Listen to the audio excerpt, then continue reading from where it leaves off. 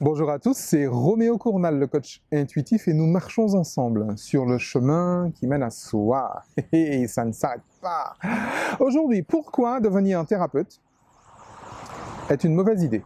Alors, pourquoi devenir thérapeute, coach, lightworkers, comme disent nos amis américains, est une mauvaise idée? Vous avez dû remarquer qu'effectivement, il y a un vrai marché.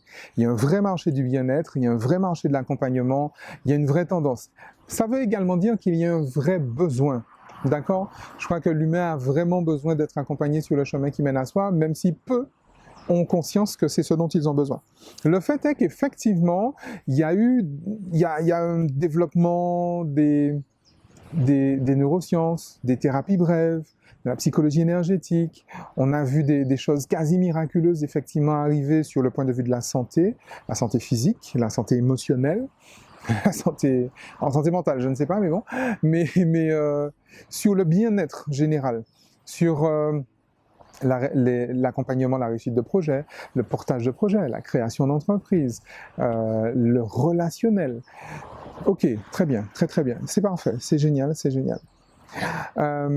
Face à cette grosse tendance, j'observe malgré tout j'ai envie de dire quelques dérives, quelques erreurs, quelques errances même de la part de certains collègues.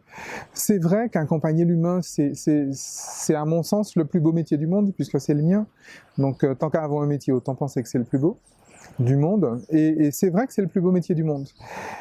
Maintenant, il y a quand même, je dis, une certaine responsabilité. On a quand même un certain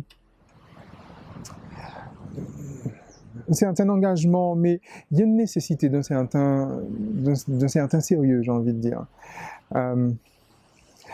Être light workers, malgré tout, je vois ce que c'est trop souvent proposé par d'autres praticiens comme une opportunité commerciale, comme une opportunité professionnelle, mais surtout comme une opportunité commerciale.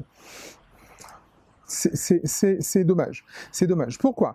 On voit effectivement beaucoup de personnes qui sont en transition de vie, des personnes qui ont ça vraiment dans les tripes, des personnes qui après un burn-out, après une nuit noire de l'âme, après un certain niveau d'expérience dans la vie, ont à cœur de partager véritablement leur histoire, ont à cœur de partager le fruit de leur découverte. Et c'est très sain, c'est très juste.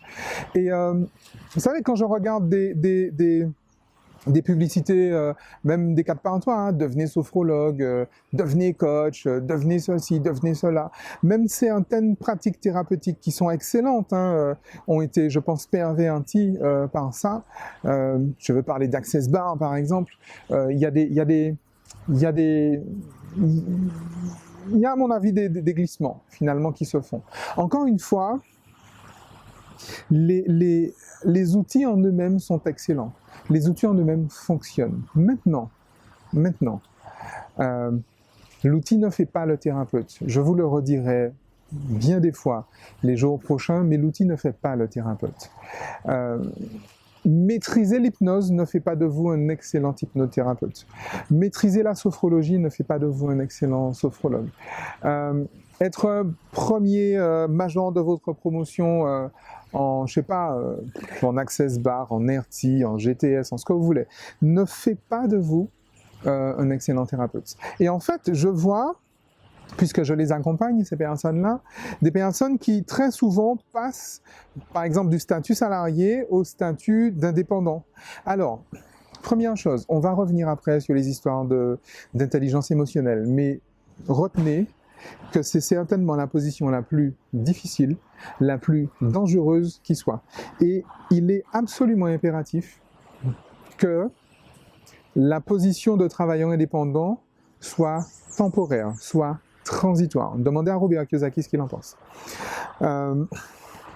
Lorsqu'on se lance effectivement avec ses tripes dans ce métier-là, on va accompagner les gens, on va faire de la thérapie, on va faire de l'hypnose, on va faire des thérapies brèves, on va faire du coaching. C'est qu'effectivement, on l'a dans les tripes et encore une fois, très souvent, on passe d'un travail salarié, donc d'une posture, d'une personnalité de salarié à une personnalité de travailleur indépendant. Et très souvent, pour ne pas dire toujours, ce qu'on oublie précisément de vous dire dans ces écoles qui vous vendent à grands coups de publicité ces formations et vous vendent des rêves hollywoodiens, très souvent ce qu'on oublie de vous dire, ou carrément toujours, c'est qu'en réalité, devenir déjà profession libérale, devenir indépendant, c'est changer de personne, c'est changer de personnalité, c'est changer d'identité, c'est changer tout votre système de croyance, c'est de changer même de structure cognitive. Je vous rappelle que être, faire et avoir sont toujours alignés. Si vous avez une mentalité de salarié et que vous vous lancez dans l'entrepreneuriat, vous aurez des résultats à chier. Vous aurez des résultats et vous allez vous-même vous mettre en danger. C'est ça le truc en fait. C'est non seulement vous n'allez pas performer, mais vous allez vous mettre personnellement en danger. D'accord ? Devenir un thérapeute, devenir indépendant, devenir un coach, accompagner l'humain, c'est véritablement complètement changer d'identité. Et ça réclame en fait une chose qui est fondamentale, c'est que vous-même, vous soyez devenu conscient de qui vous êtes vraiment. Et je crois que c'est ce que personne ne vérifie. Je veux dire, ce qui fait l'efficience, j'allais dire la force d'un thérapeute, c'est pas tant la maîtrise qu'il a de l'outil. Les outils sont relativement faciles à maîtriser et encore une fois, ils sont en soi excellents. Maintenant, ce qui fait vraiment l'intérêt d'un thérapeute, c'est son alignement avec lui-même, c'est l'identification qu'il fait à soi. C'est ça en fait qui va faire, même d'un coach précisément, c'est cette énergie-là en fait, avec laquelle le client va entrer en résonance justement, ce bonheur d'être soi, pour reprendre Moussa Nabati, cette conscience et cette liberté du point de vue neurologique face à soi-même et donc face à l'autre.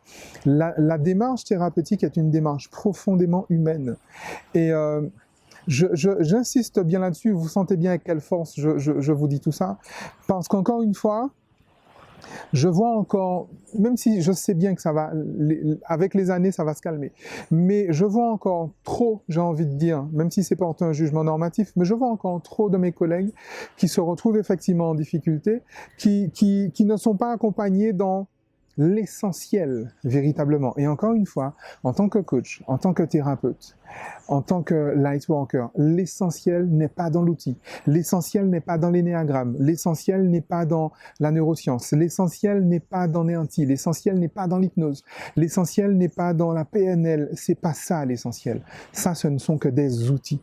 L'essentiel est dans l'humain, l'essentiel est en soi.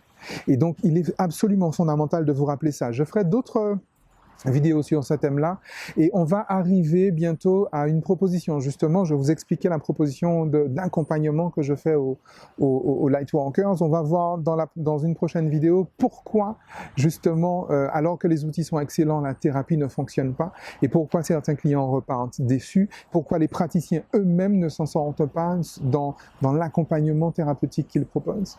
Et puis on va voir justement précisément l'outil ne fait pas le thérapeute. Quelle est la démarche thérapeutique et non pas le protocole thérapeutique?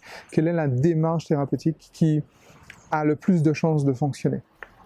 Mais ça, c'est pour des prochaines vidéos. Vous avez vu, je vous ai fait 4 effets teasers à la suite. Je sais que ça vous manquait et que voilà, je reste quand même le spécialiste, le champion du monde en toute catégorie de l'effet teaser. Donc, je viens de vous faire 4 effets teasers à la suite. Moi-même, je me kiffe. C'est fou. D'ici les prochaines vidéos, usez-vous bien. Ciao.